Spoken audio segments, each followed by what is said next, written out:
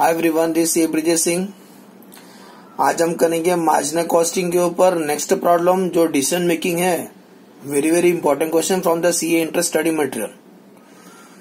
आज जो प्रॉब्लम करेंगे डिसीजन मेकिंग का वेरी वेरी इंपॉर्टेंट क्वेश्चन, ये आपको स्टडी मटेरियल में मिल जाएगा। मोस्ट इंपॉर्टेंट क्वेश्चन है, तो जरा ध्यान देना, क्वेश्चन को फुल कॉन्सेंट्रेशन सुनना सर कैसे सॉल्व करते हैं, और प्लीज यूज द हेडफोन।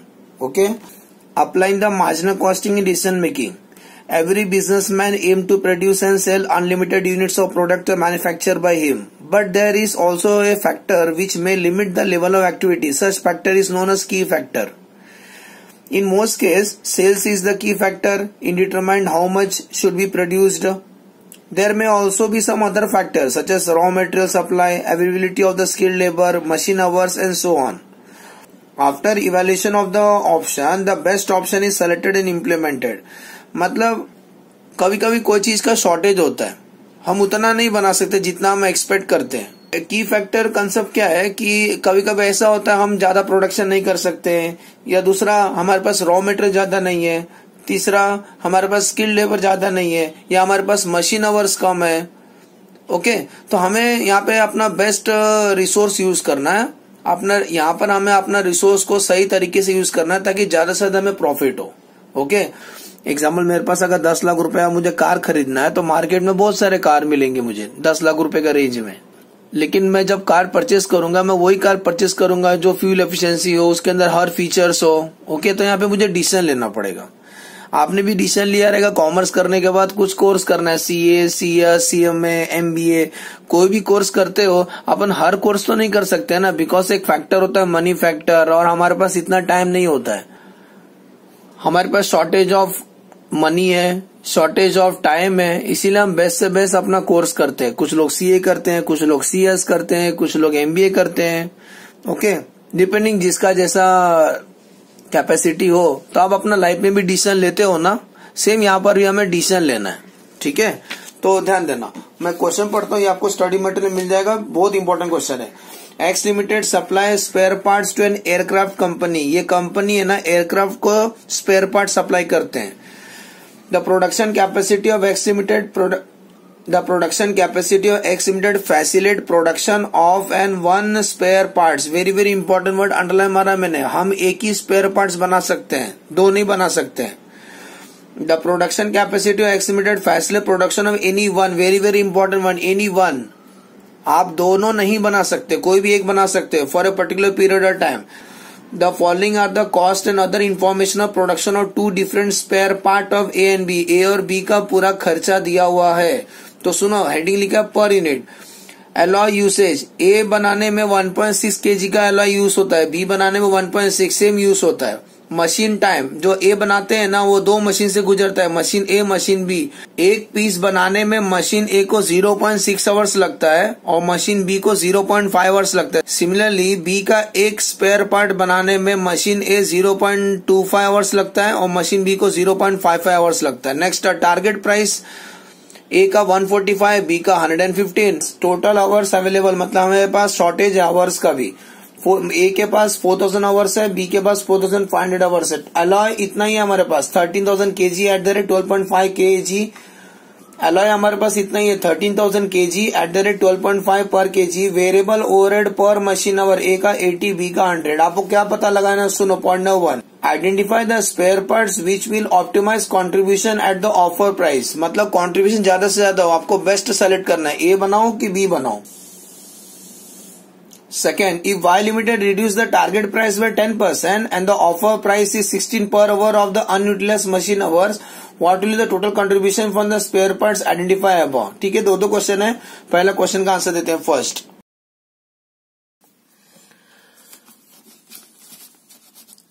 तो सबसे पहले हम लोग कैलकुलेट करेंगे maximum number of parts that can be manufacture. Okay, तो हेडिंग लिख देना, मैक्सिमम number of parts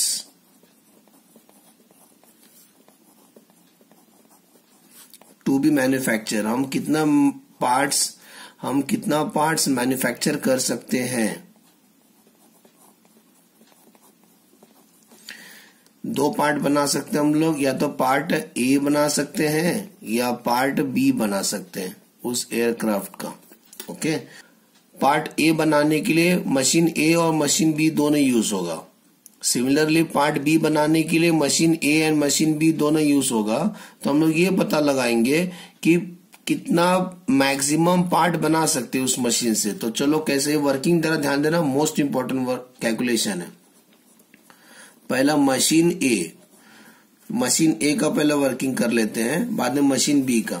ये बताओ मशीन ए वाले का एक वर्किंग, बाद में एक बी वाले का वर्किंग अलग करते, ठीक है। तो सुनो, यूनिट्स और आवर्स। क्वेश्चन में देखो पार्ट ए बनाने के लिए ए वाला मशीन को कितना आवर्स लगता है, 0.6 आवर्स लगता है। आवर्स को आवर्स के नीचे लिखो, और 0.6 आवर्स है ना, इसका मतलब एक यूनिट, ये 1 कहां से है सर, आपको ऊपर लिखा था ना पर यूनिट। तो एक यूनिट बनाने के लिए मशीन ए को 0.6 आवर्स लगता है। एक यूनिट बनाने के लिए मशीन ए को 0.6 आवर्स लगता है। तो ये देखो मशीन ए के पास कितना आवर्स दिया है, क्वेश्चन में मिला आवर्स 4000 आवर्स दिया है। आवर्स का आवर्स के नीचे लिखो, अभी क्रॉस मल्टीप्लाई करो तो आपको ये पता चलेगा हम इस अवेलेबल आवर्स में कितना यूनिट्स बना सकते हैं। तो 4000 इंटू 1 डिवाइड बाय 0.6 करो, आंसर आएगा 6666। इतना यूनिट्स बेटा हम बना सकते हैं, समझे ना। हम इतना यूनिट्स बना सकते हैं, किसका, पार्ट ए का। अगर हम पार्ट बी अगर बनाते हैं तो सेम वही स्टाइल में लिखो, यूनिट्स और आवर्स। ये बताओ पार्ट बी वाला कॉलम देखो, मशीन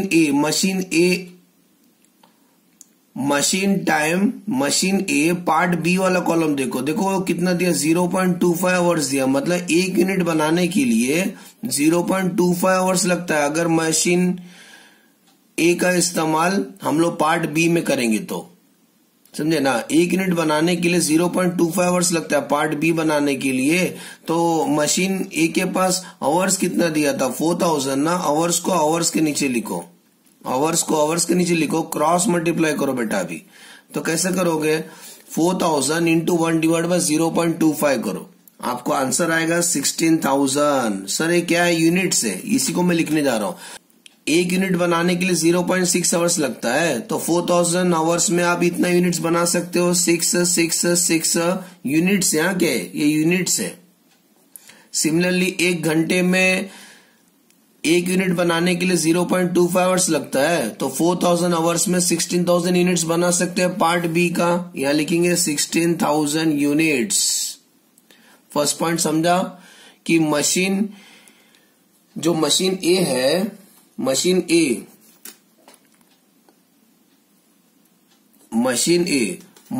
ए से हम पार्ट ए बनाएंगे।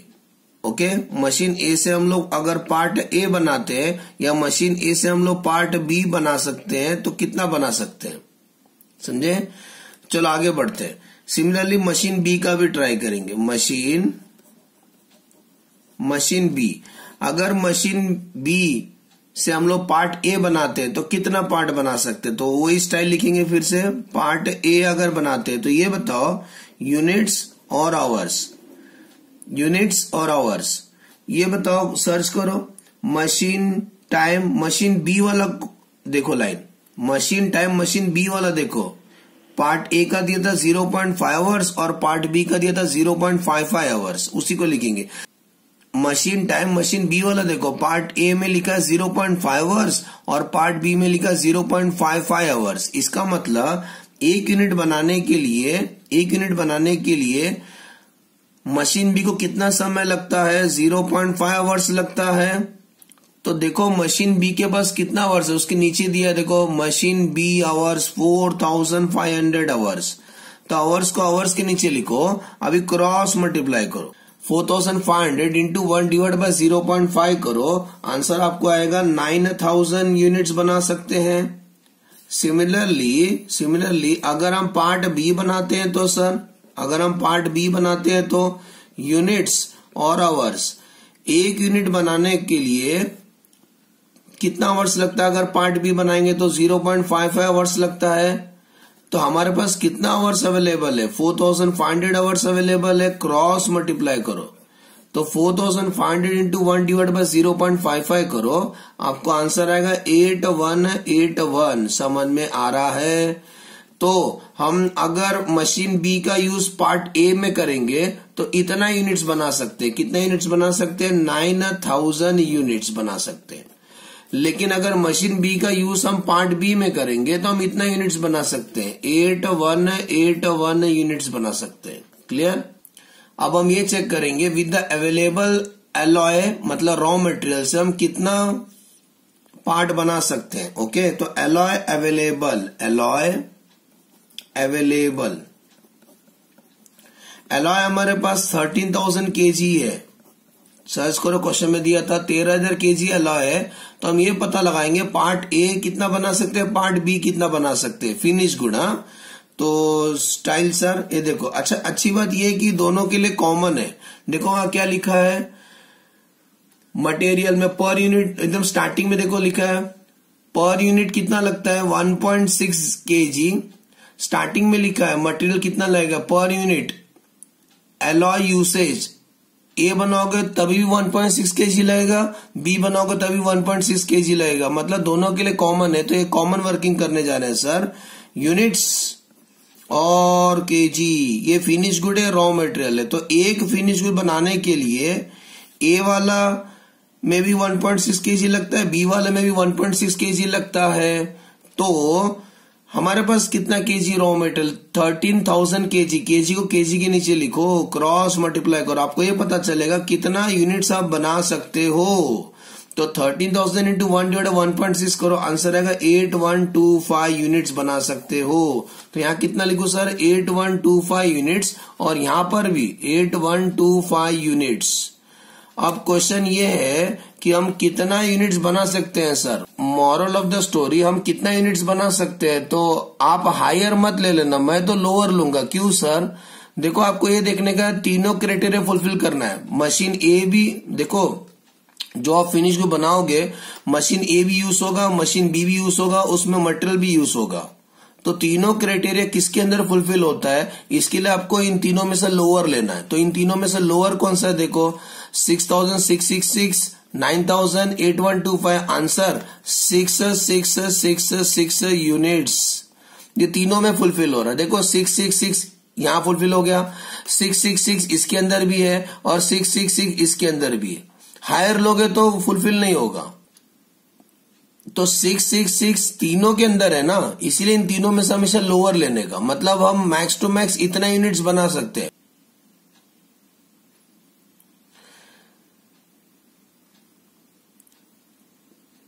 समझ में? लोअर क्यों लिया हमने? 666 सब में कॉमन है, इसीलिए हम लोग ये लिया। अगर आप गलती से सोचो ये ले रहे हो 8125, तो हमारे पास मशीन ए के पास समय कितना है? मशीन ए इतना ही बना सकता है, मशीन बी हो भी सकता है, लेकिन मशीन ए का प्रॉब्लम आ रहा है ना, इसीलिए लोअर लेना तीनों में से। सिमिलरली इन तीनों में से लोअर कौन सा है स्टूडेंट?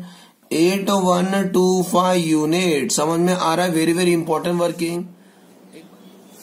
अभी हम ये पता लगाएंगे कि कंट्रीब्यूशन कितना कमा सकते हैं ए से और बी से। अकॉर्डिंगली वो अलग ज्यादा बनाएंगे क्योंकि ये इतना बना। ओके, अभी हम ये पता लगाएंगे कौन सा किसमें ज्यादा कंट्रीब्यूशन है। ओके, ए में ज्यादा कंट्रीब्यूशन है कि बी में ज्यादा कंट्रीब्यूशन है। कंट्रीब्यूशन से अपना प्रॉफिट बढ़ने वाला है। तो सबसे पहला मटेरियल पर यूनिट लिखा, ए का पर यूनिट और बी का पर यूनिट। तो ये बताओ एक पीस बनाने में ए कितना लगता है?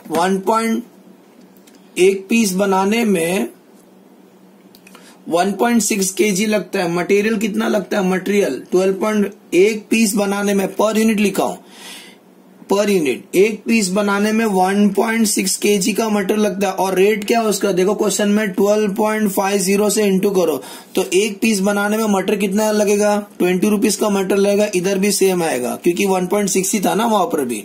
नेक्स्ट वेरिएबल ओवरहेड, पहले मशीन का ले लेते हैं। मशीन ए का एक पीस बनाने में मशीन ए को लगता है 0.6 आवर्स बरोबर। और एक घंटे का रेट क्या है उसका? एक घंटे का रेट देखो लास्ट में लिया है 80 रुपीज। तो 0.6 इंटू 80 करो, आंसर आएगा 48। सिमिलरली मशीन बी का 0.10 0.25 लगता है आवर्स इंटू उसका 1 घंटे का रेट क्या है, ए का सेम है ना 80, तो 80 इंटू 0.25 करो, आंसर आएगा 20। अब बात करते हैं मशीन बी का करेंगे। मशीन बी भी यूज होने वाला प्रोडक्ट को बनाने में, तो एक पीस को बनाने में कितना आवर्स लगता है बी को, 0.5 आवर्स लगता है। आवर्स को रेट से इंटू करो, रेट मिला आगे 100। सिमिलरली एक पीस बनाने में बी को लगता है 0.55 आवर्स और 1 घंटे का रेट है 100 से इंटू करो, तो 100 इंटू 0.5 आंसर आएगा 50, 100 इंटू 0.55 आंसर आएगा 55। समझ में आ रहा है? Yes sir, good. आगे बढ़ते हैं, ये सबको प्लस कर देना, आंसर आएगा total variable overhead 20 plus 48 plus 50, answer आता है 118। 20 प्लस 20 40 प्लस 55 95। क्लियर? और प्राइस कितना ऑफर किया, प्राइस ऑफर्ड एक्स लिमिटेड जो स्पेयर पार्ट बेच रहे ए वाला, वो कितने का बेच रहे हैं एयरक्राफ्ट कंपनी को। ए वाले का ऑफर प्राइस है, ए वाले का जो ऑफर प्राइस है वो 147 है, ए वाले को ऑफर प्राइस है 145 और बी वाले को ऑफर प्राइस है 115। इसका ऑफर प्राइस 145, ए का ऑफर प्राइस 145, बी का 115। ऑफर प्राइस मतलब सेलिंग प्राइस समझ लेना, तो सेलिंग प्राइस में से कॉस्ट माइनस कर दो, आपको प्रॉफिट मिलेगा। समझ में आ रहा है? 145 माइनस 118 करना, तो प्रॉफिट आएगा 27, यहां पर प्रॉफिट आएगा 20। तो ये है contribution per unit. Contribution per unit मतलब ए अगर बेस, इसका मतलब ए अगर सेल करते हैं तो 27 रुपीज कमाएंगे पर यूनिट, और बी अगर सेल करते हैं तो 20 पर यूनिट कमाएंगे। तो इसका मतलब हम कंट्रीब्यूशन सर्च कर रहे हैं ना, तो कंट्रीब्यूशन रुपीस में कितना है, कंट्रीब्यूशन रुपीस में कितना आएगा कंट्रीब्यूशन, यूनिट्स इंटू क्या करना, units into contribution per unit करना, units into contribution per unit. ये बताओ ए कितना बना सकते हैं मैक्स, ए कितना बना सकते हैं 6666 और बी कितना बना सकते हैं 8125। हम ए बना सकते हैं 666, हम ए बना सकते हैं 6666, बी बना सकते हैं 8125।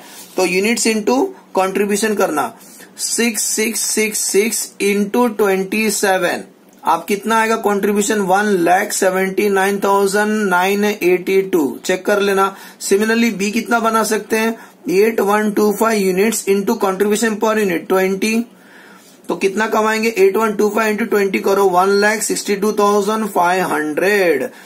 ये इतना कंट्रीब्यूशन होगा। तो बताओ इस हिसाब से which is the best option, जिधर ज्यादा प्रॉफिट होगा that is the best option.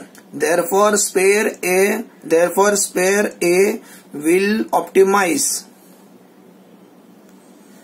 optimize the contribution।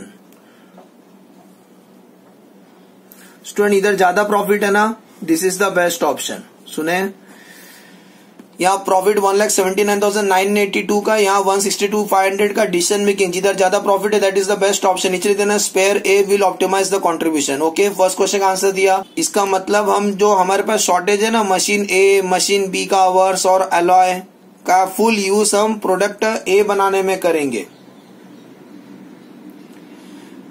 इसका मतलब जो हमारे पास शॉर्टेज है ना machine hours of A and B and alloy का फुल यूज हम स्पेयर पार्ट ए में करेंगे। ओके, क्योंकि यहाँ ज्यादा प्रॉफिट है। एज्यूम करता हूँ फर्स्ट वाला पॉइंट समझा। अभी हम करेंगे सेकंड क्वेश्चन का answer.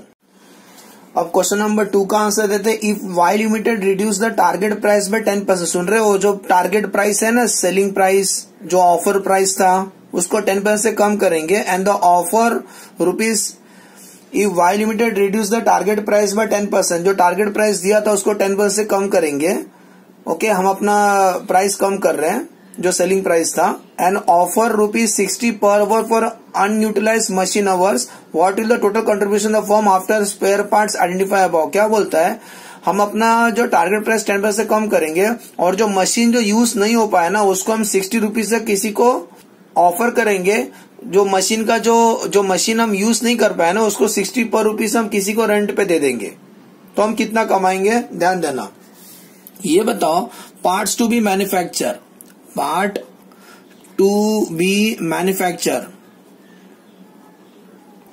Parts to be manufacture. अभी हमने डिसाइड कर लिया ना, हम ए बनाएंगे और ए कितना था 6 यूनिट्स बनाएंगे, बरोबर इतना ही बनाएंगे ना, ए 6 यूनिट्स बनाएंगे।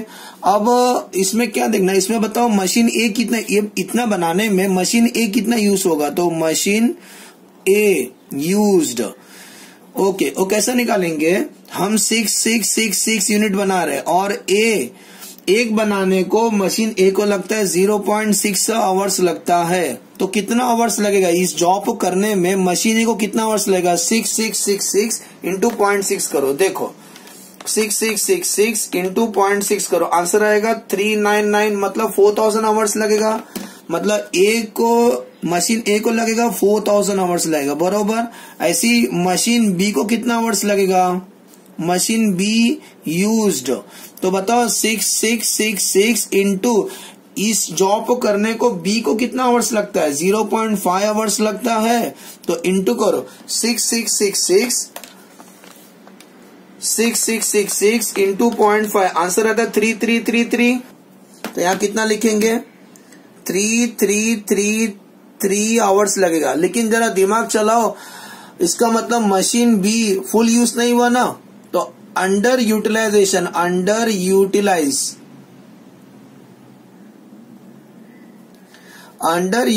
मशीन बी हमने पूरा नहीं यूज कर पाए। ये बताओ क्वेश्चन में देखो, मशीन बी का आवर्स कितना था, 4500 आवर्स था ना, उसमें से कितना हमने यूज कर लिया स्पेयर पार्ट ए बनाने में, 3 आवर्स यूज कर लेता। अभी भी इसके पास अंडर यूटिलाइज कैपेसिटी ना, अभी भी इसके पास आवर्स बचा हुआ है, अभी भी मशीन ए के पास कुछ आवर्स बचा हुआ। कितना आवर्स बचा है, 167 आवर्स बचा हुआ है, जिसको हम किसी को रेंट पे दे सकते हैं। तो इसका हमें 1 घंटे का 60 रुपीज मिलेगा। तो इसका मतलब इसका कंपनसेशन कितना मिलेगा, compensation received, compensation for under utilize, compensation for unutilized machine hours. Okay, कितना मिलेगा हमें, 1167 एक यूनिट, 11167 एक आवर्स के पीछे 60 रुपीज मिलेगा। तो 1167 इंटू 1 आवर्स के पीछे 60 रुपीज मिलेगा, इंटू कर दो, आंसर आएगा 70020, बरोबर। आगे बढ़ते हैं, रुको, ये जो आंसर आएगा ना इसमें और एक ऐड कर देना, selling price, new selling price, कौन सा, new selling price minus variable cost into your units किसका, ए का। तो न्यू सेलिंग प्राइस क्या था, 130.5। सर ये कैसा आया, क्वेश्चन में बोला था अपना जो टारगेट प्राइस है 10% कम करो, तो टारगेट प्राइस 145 था, लेस 10%, चेक कर लो, 145 माइनस 10%, आंसर आएगा 135। न्यू सेलिंग प्राइस समझ में आ रहा है, न्यू सेलिंग प्राइस इतना रहेगा। वेरिएबल कॉस्ट निकाला था ना हमने पहले, what is the variable cost, what is the variable cost A का, 118। वेरिएबल कॉस्ट कितना लिखेंगे, 118। तो सेलिंग प्राइस में से वेरिएबल माइनस करो तो कंट्रीब्यूशन आएगा, into A max to max कितना बनाए थे, याद करो, सेलिंग प्राइस में से वेरिएबल माइनस करो तो कंट्रीब्यूशन आ जाएगा, और ए मैक्स टू मैक्स हम कितना बनाए थे, 666। ओके, इनटू करो, आपको कंट्रीब्यूशन मिलेगा। तो यहां से इतना रेवेन्यू हुआ और यहां से कितना रेवेन्यू होगा, इनटू करो 83325। ओके, 83325, इन दोनों को प्लस कर लो, अपना फाइनल आंसर है, आंसर आएगा 153,345, इतना रेवेन्यू होगा। इसी को बोलेंगे total contribution, total contribution. Assume करता हूं समझ में आया, फिर से एक बार फास्ट रिकॉल कर दो क्या किया। पार्ट ए बनाओ या पार्ट बी बनाओ, दोनों में से एक बनाओ। अगर पार्ट ए बनाते हो तो एक यूनिट बनाने को 0.6 आवर्स लगता है, तो मशीन के पास 4000 आवर्स है, तो 4000 आवर्स में इतने यूनिट्स बन सकता है। सिमिलरली पार्ट बी अगर बनाना चाहते हो तो एक यूनिट बनाने को 0.25 आवर्स लगता है, तो हमारे पास 4000 आवर्स है, तो कितने यूनिट्स बना सकते हैं, 16000।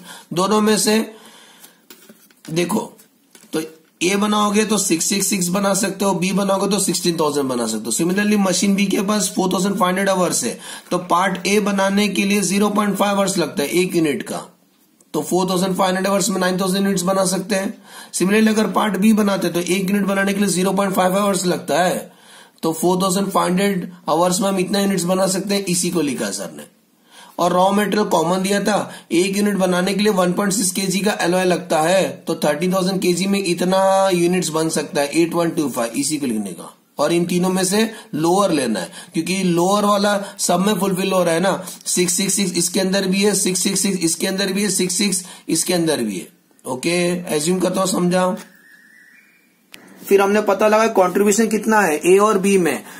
एक पीस पर यूनिट मतलब एक पीस के पीछे कितना खर्चा होता है, एक पीस में हम कितना कमाएंगे वो पता लगाना है। 27 रुपए कैसा है समझा, इसका 27, इसका 20, एक यूनिट के पीछे 27 रुपीज कमाते हैं। सर कैसे है, देखो मटेरियल 20 रुपीज का, वेरिएबल ओवरहेड मशीन का, वेरिएबल ओवरहेड मशीन ए का 48, वेरिएबल ओवरहेड मशीन बी का 50, टोटल आता है 118।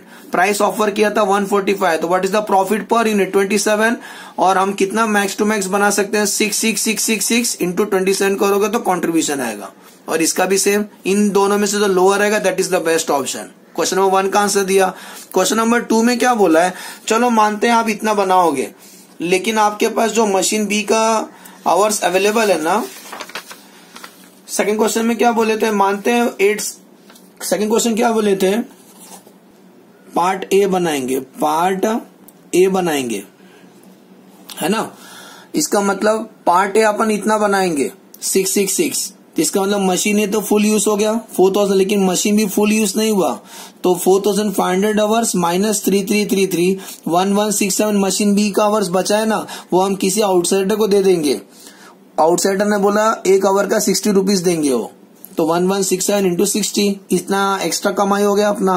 प्लस प्रोडक्ट ए हम बना के बेचेंगे ना 6666 इंटू दैट कॉन्ट्रीब्यूशन। कॉन्ट्रीब्यूशन कैसे आया, न्यू सेलिंग प्राइस निकालने का, न्यू सेलिंग प्राइस 145 लेस 10%, तो न्यू सेलिंग प्राइस आएगा 130.5, वेरिएबल कॉस्ट माइनस को तो कॉन्ट्रीब्यूशन आएगा, यहां से दोनों प्लस करो टोटल कॉन्ट्रीब्यूशन। ओके, एज्यूम करता हूं समझ में आया। फ्रेंड लोग से ज्यादा शेयर करना ताकि उनको भी ऐसा वीडियो का बेनिफिट मिले। Thanks for watching the video.